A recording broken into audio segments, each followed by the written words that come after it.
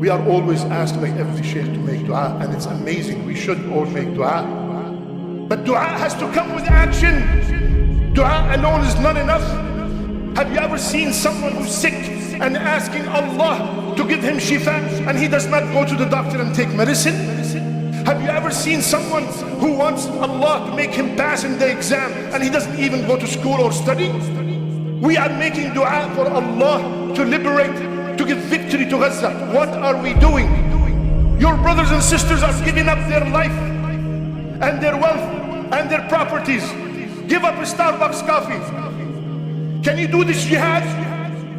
Give up McDonald's burger. Dua needs action. When I make dua, Ya Allah bless me with a child, I have to go get married. We gotta do something.